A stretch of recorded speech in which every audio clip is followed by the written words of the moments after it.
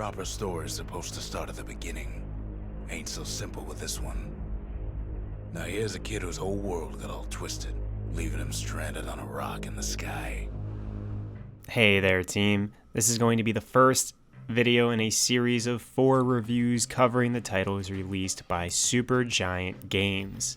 This video will contain spoilers for the game Bastion, and I'd suggest playing Bastion before watching the rest of this video. Supergiant Games is an interesting studio because their resume games are so vastly different from one another. Bastion is so different from Transistor, and Transistor is so much different from Pyre. And it's not just in the mechanics, but the themes and the stories and the way each game handles all of its pieces so uniquely from one another. I want to tackle these games by talking about all the cool things they do differently and some of the stuff that carries over from game to game. Their latest release is Hades, and it's the new indie darling of the past year and some change, and rightfully so. It has a lot of similar ideas that can be traced back all the way to Bastion, and I kind of want to go into this and sort of build up from Bastion all the way to Hades. Alrighty, let's just get this intro over with and get ready to set sail as we dive into the game that opened the Xbox Live Summer of Arcade back in 2011, and the game that swept a zillion awards from thereafter. It's Supergiant Games' first game, Bastion. Bastion was the first game made by Supergiant Games, and it is an isometric action RPG with solid gameplay, pretty art, great music, and a very well-paced story. It's weird to think about it now, but none of those were the big thing about Bastion. That's not what most people were really talking about, at least that I heard from reviews and stuff back in the day. The most iconic aspect of Bastion was its narrator. Throughout the entirety of Bastion, there is some truly fantastic narration going on, explaining the plot, the enemies, the allies, the levels, and the way the world used to be, and the way the world is now, and most importantly, the narrator seemed to comment on everything you did. If you sat around and did nothing, if you broke a bunch of boxes, if you fell off the map, the narrator would comment on it. And going through the game 10 years after my original playthrough of Bastion, the idea that the narrator narrates everything you do is a bit hyperbolic, but it's still really good. In truth, the way the narration works is that it covers a lot of things that happen in the game, and it's triggered when certain events happen, like you beat up a bunch of boxes or fall off a map. But because Bastion is a linear game, the things the narrator would narrate are things the players would be doing anyway. I'm not trying to undermine the narration, it's great, it's just, it was the main talking point about Bastion, at least the main selling point back in 2011, and people were going crazy with how good the narration was. In fact, it was so beloved, the narrator was even added to Dota 2 as an announcer pack. Now, the narration of the game is amazing, and the voice acting from Logan Cunningham is astounding. It has a rustic, folksy charm to it, but also a pretty weary one.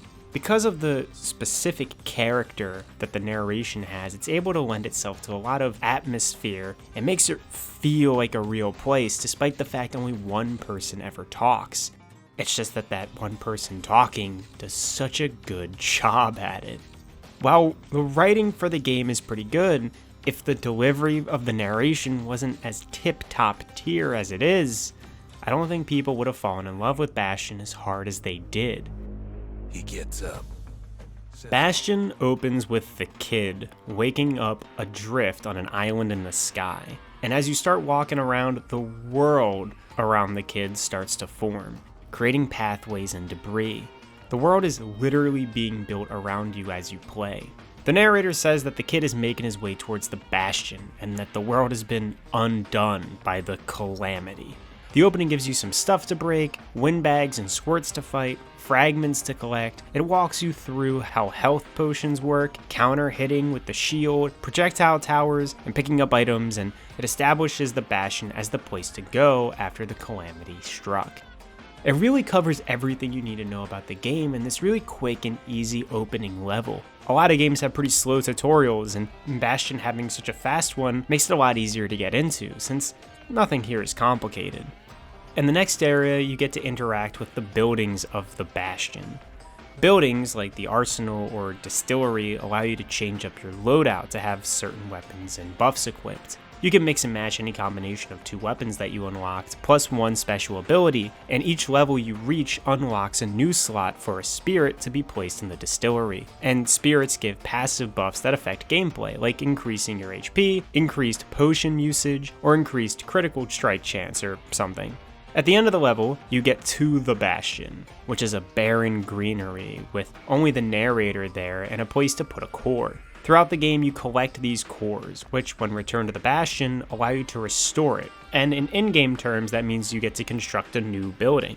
Eventually, the Bastion will be full of buildings that each provide a certain use to the kid. The arsenal, the distillery, the forge, where you get to upgrade your weapons, the shrine, where you can increase the difficulty of the game with modifiers, the lost and found, which acts like a shop, and the memorial, which is cool because it offers you a bunch of in-game achievements, and if you accomplish those achievements, the game rewards you with in-game fragments for completing them. The Bastion acts as the hub for the game, and while there's a lot that it eventually has to offer, at the start of the game you can only construct a building or 2. You talk to the stranger, and then you fly off to a new area. The main plot or goal of the game is to go to these levels and collect cores, which are used to build up more of the Bastion, and then supposedly once the Bastion is powered up, it can be used to save the world. So you go to levels in search of cores, and while not every level contains a core, every level is an attempt at finding one. Bastion isn't a very long game, and doing only required content, you can beat the game in less than 3 hours. And for a relatively short game, each level is fairly distinct. For the most part, Bastion's levels are linear and usually involve entering a location like a jungle, a fort, or a town, acquiring a core, and then leaving the area.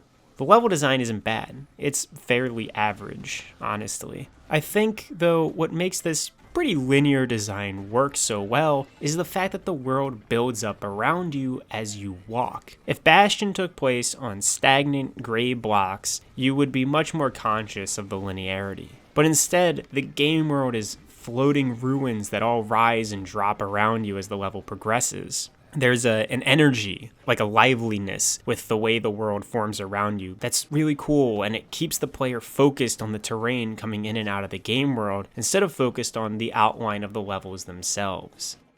Most levels usually have a new weapon or special ability to get in them. The weapons in Bastion are surprisingly unique, they all feel different, but I'll get to that in a second. First, I want to talk about how you would get a new weapon in Bastion. So you can only have 2 weapons equipped at a time, and if you want to change your weapon loadout, you gotta go to an arsenal building, either found in a level randomly or back at the Bastion. When you find a new weapon out in the world, to pick it up means replacing one of your currently equipped weapons. Now I hated this on my first playthrough, but over the years I've actually flipped on it. When I play a game, I usually stick with the earliest weapon or layout that I feel comfortable with. I'm not a very experimental guy, so when I unlock a new move or ability, or characters even, I usually don't try them out, I just stick with what I already know. Bastion forces you to try out new items because you have to get rid of your current setup to pick them up.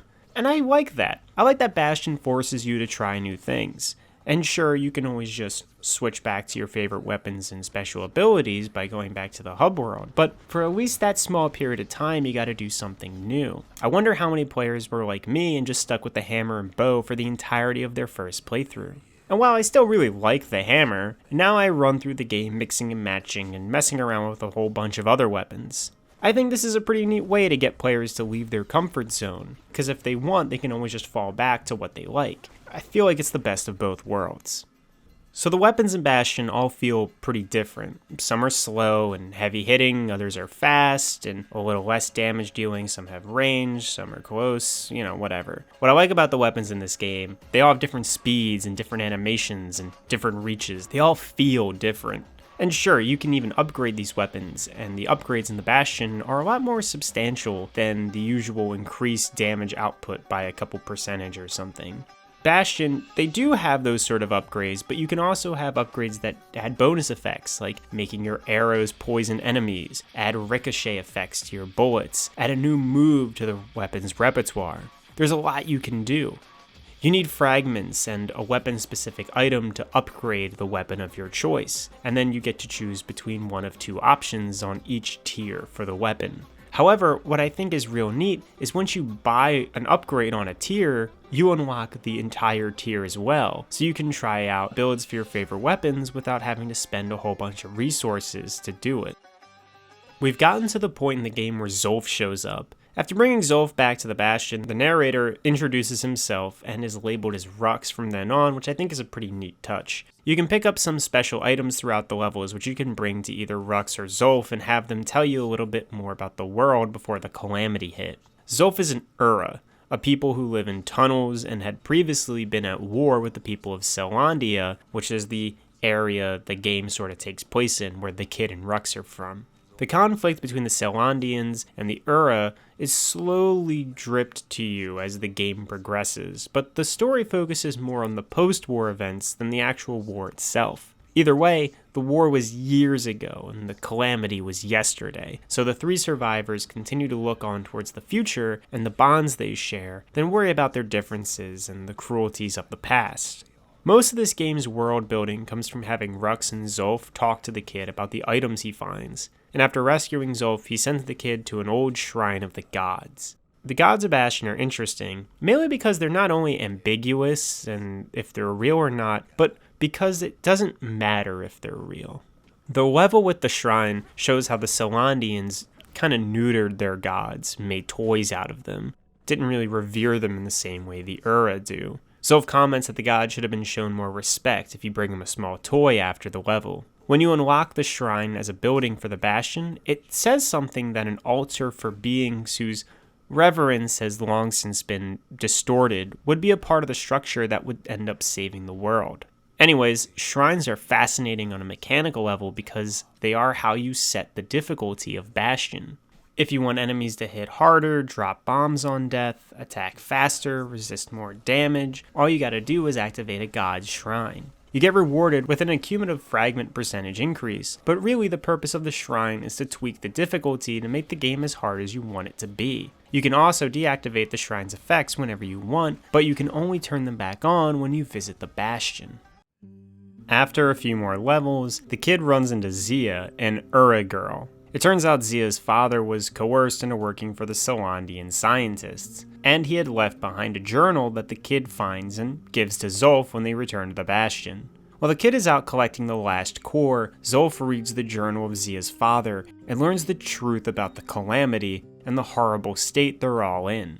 It turns out that the Selandians had caused the calamity. They intended on creating a devastating weapon that they planned on using against the Ura in the attempts to never go to war with them again. However, the weapon backfired, and the calamity wiped out all of Selandia instead of the Ura tunnels. After finding this out, Zulf severely damages the Bastion and runs off. The kid returns, and with no more cores left, he and Rux plan to collect the shards instead, which are just weaker versions of the cores. While progressing through the game, you do meet other Selandians, or rather, their remains. They're now statues of ash, almost akin to the corpses of Pompeii. However, the statuesque remains of the citizens of Pompeii were cowering in fear, in pain, very aware of their end. The citizens of Selandia, they're all standing around, frozen in the midst of their day-to-day lives. The only way to learn about these statues are to destroy them, which then prompts the narrator to talk about them and who they were when they were alive. It's sad that the only way to learn about the dead is to scatter their ashes. So now the way the game is going is instead of collecting cores, you're going to levels in search of shards. And once they collect all the shards, the Bastion will work again.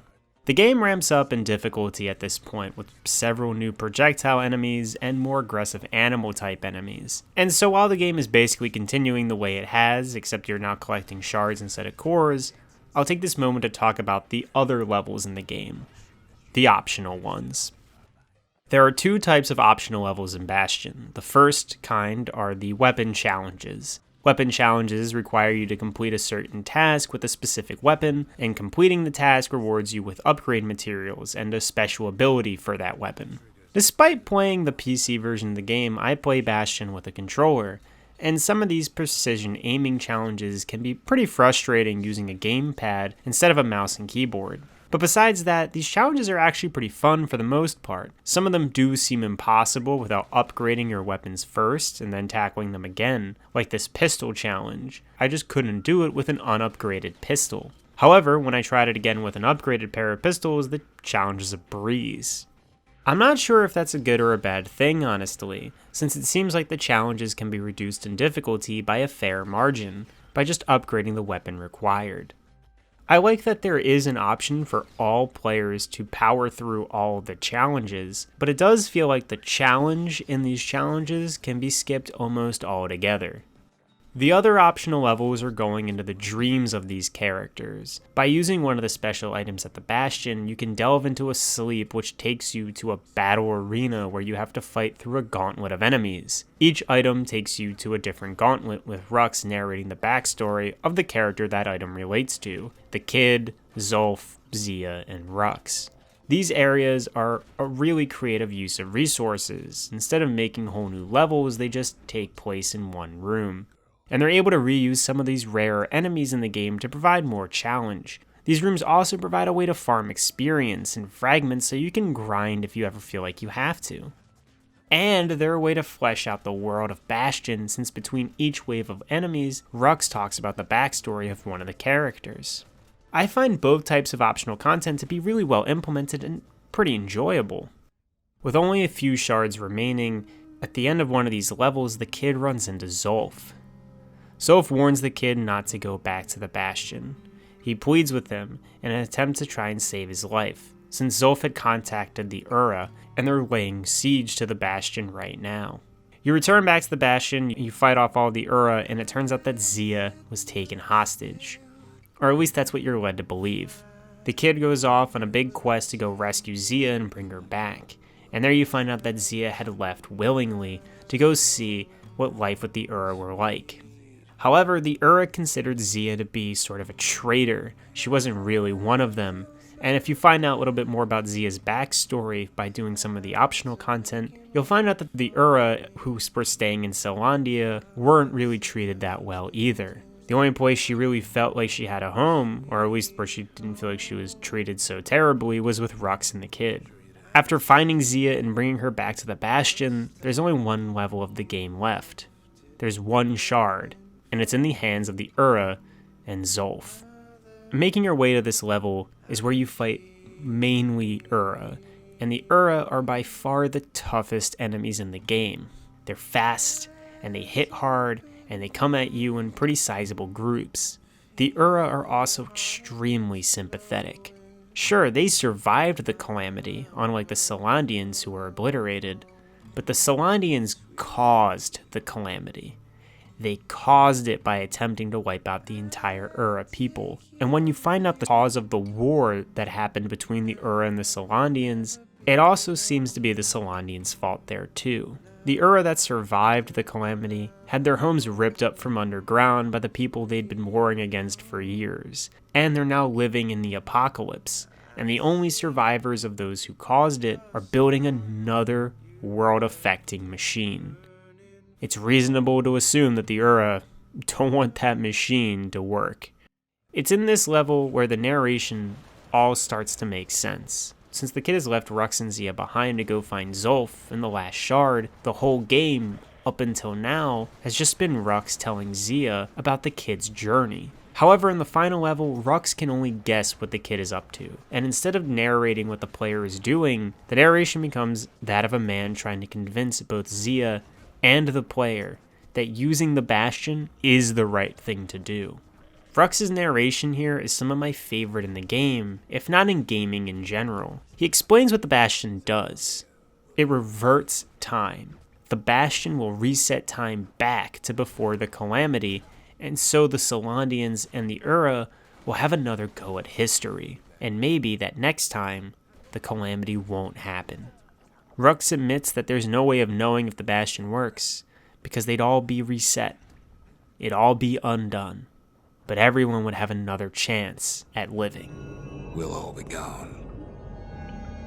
What I like so much about how Rux explains this, and how hard he tries to convince you and Zia that the Bastion is the best solution, is he says, "Everything you've ever done, you could do it over. And wouldn't that be grand?" I find that to be such an older person perspective.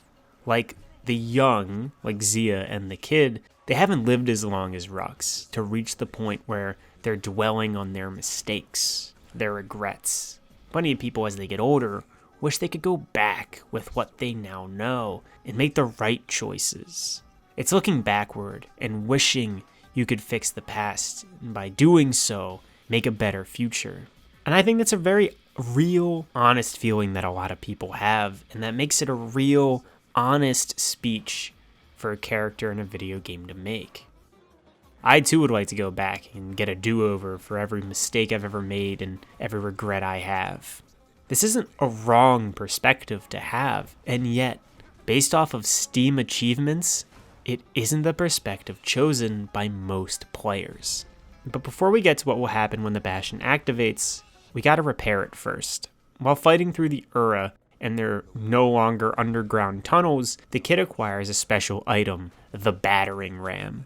Picking up this weapon signifies the end of the game. It's heavy, it's powerful, and it practically one-shots anything it touches. After blazing through the last of the Ura warriors and collecting the last shard, the kid reaches Zulf. The Ura had turned on Zulf, since he had led the kid right to their home into all of this carnage that they're now suffering. You get a choice here, to leave Zulf and head back to the Bastion alone, or to carry him with you. Leaving Zulf behind results in the kid fighting his way through the last of the Ura in an epic final confrontation with the game's toughest enemies. But if you take pity on Zulf, you get a much stronger scene in my opinion. The kid drops the battering ram and picks up Zulf instead. You can't fight back against the Ura here, they just shoot you and hit you from afar. Eventually, after seeing what you're doing, they stop attacking. The way this scene plays out, like the visuals and the music and just the simple act of walking slowly down a path to the end of the line, it all makes for a surprisingly powerful scene. Instead of continuing the bloodshed, the Ura let the kid pass and head back to the Bastion. With the last shard in place and the Bastion fully restored, it's time to activate and undo all the violence and catastrophe that the Calamity caused. However, there is another option. If you'd done the optional content, you would have learned that Zia and Zulf were both secondary citizens of Caelondia, and they were both tormented and mistreated by the Caelondians before the Calamity. While Rux's past might not be the brightest, and he has his regrets in it, the Ura's past is not as dark because of their regrets, but because of how others treated them. Zia didn't make a wrong choice to end up miserable and to end up in this situation. The world was simply wrong to her. She proposes a second option for the Bastion, to let it set sail, and by using the Bastion as a vessel to carry the survivors away from the ruins of the Calamity, to move on, to move forward. It would, however, prevent the Bastion from ever being able to revert time, but it would also mean that all that they've been through up until now wouldn't go undone.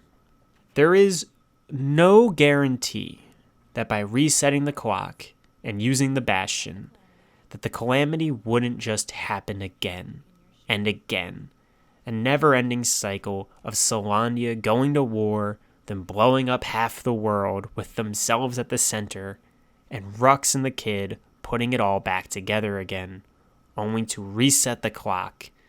I never choose the option to reset the past. Dwelling on the past, on repeating a cycle over and over again in the hopes that maybe next time things will finally work out. It just doesn't ring right to me. It's a pretty difficult choice because you either bank on the cycle repeating and hopefully working, or you let thousands of people die and don't save them. The other option, Zia's option, is the option to break the potential of the cycle. If they move forward, they can never go back. The calamity can never be undone, but it can also never be repeated. And that would at least mean that the world could continue to move on, even in its bad state. Regardless of what option you choose, after beating the game, you unlock New Game Plus. And New Game Plus lets you play with some new gods you can activate in the shrines, and a few new special moves and items. It's also worth bringing up New Game Plus because you get a few additional lines of dialogue from Rux.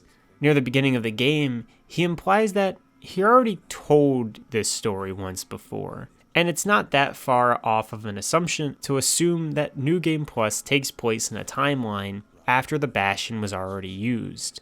Both endings of the game are canon according to the developers, meaning both endings are valid. I personally like the touch of making New Game Plus feel more integrated with the story of the game, since it is possible that as you, the player, are reliving these old experiences, so too are the kid and Rux. I couldn't find a great place to include these facts, so I'll just throw them here at the end, which is fitting because it's exactly what the developers did with the hopscotch item. In the director's commentary playthrough that I'll have linked below, they talk about how hopscotch, the ability gained at the end of the game where your roll gets replaced by a jump, was originally going to be a spirit that you could use from earlier on in the game. They eventually discarded that idea, and I can't blame them. Dodge rolling is a very fun form of movement, and it's pretty common in games for a reason. I love rolling around, but more importantly, the jumping mechanics in Bastion just feel weird. I can also imagine that it could get pretty redundant having the sky lifts that fling you between terrain, as well as having a jump that could do basically the same thing. I'm only bringing this up because hopscotch is, in the game, just kind of crammed a little unnaturally at the end. Kind of like this paragraph.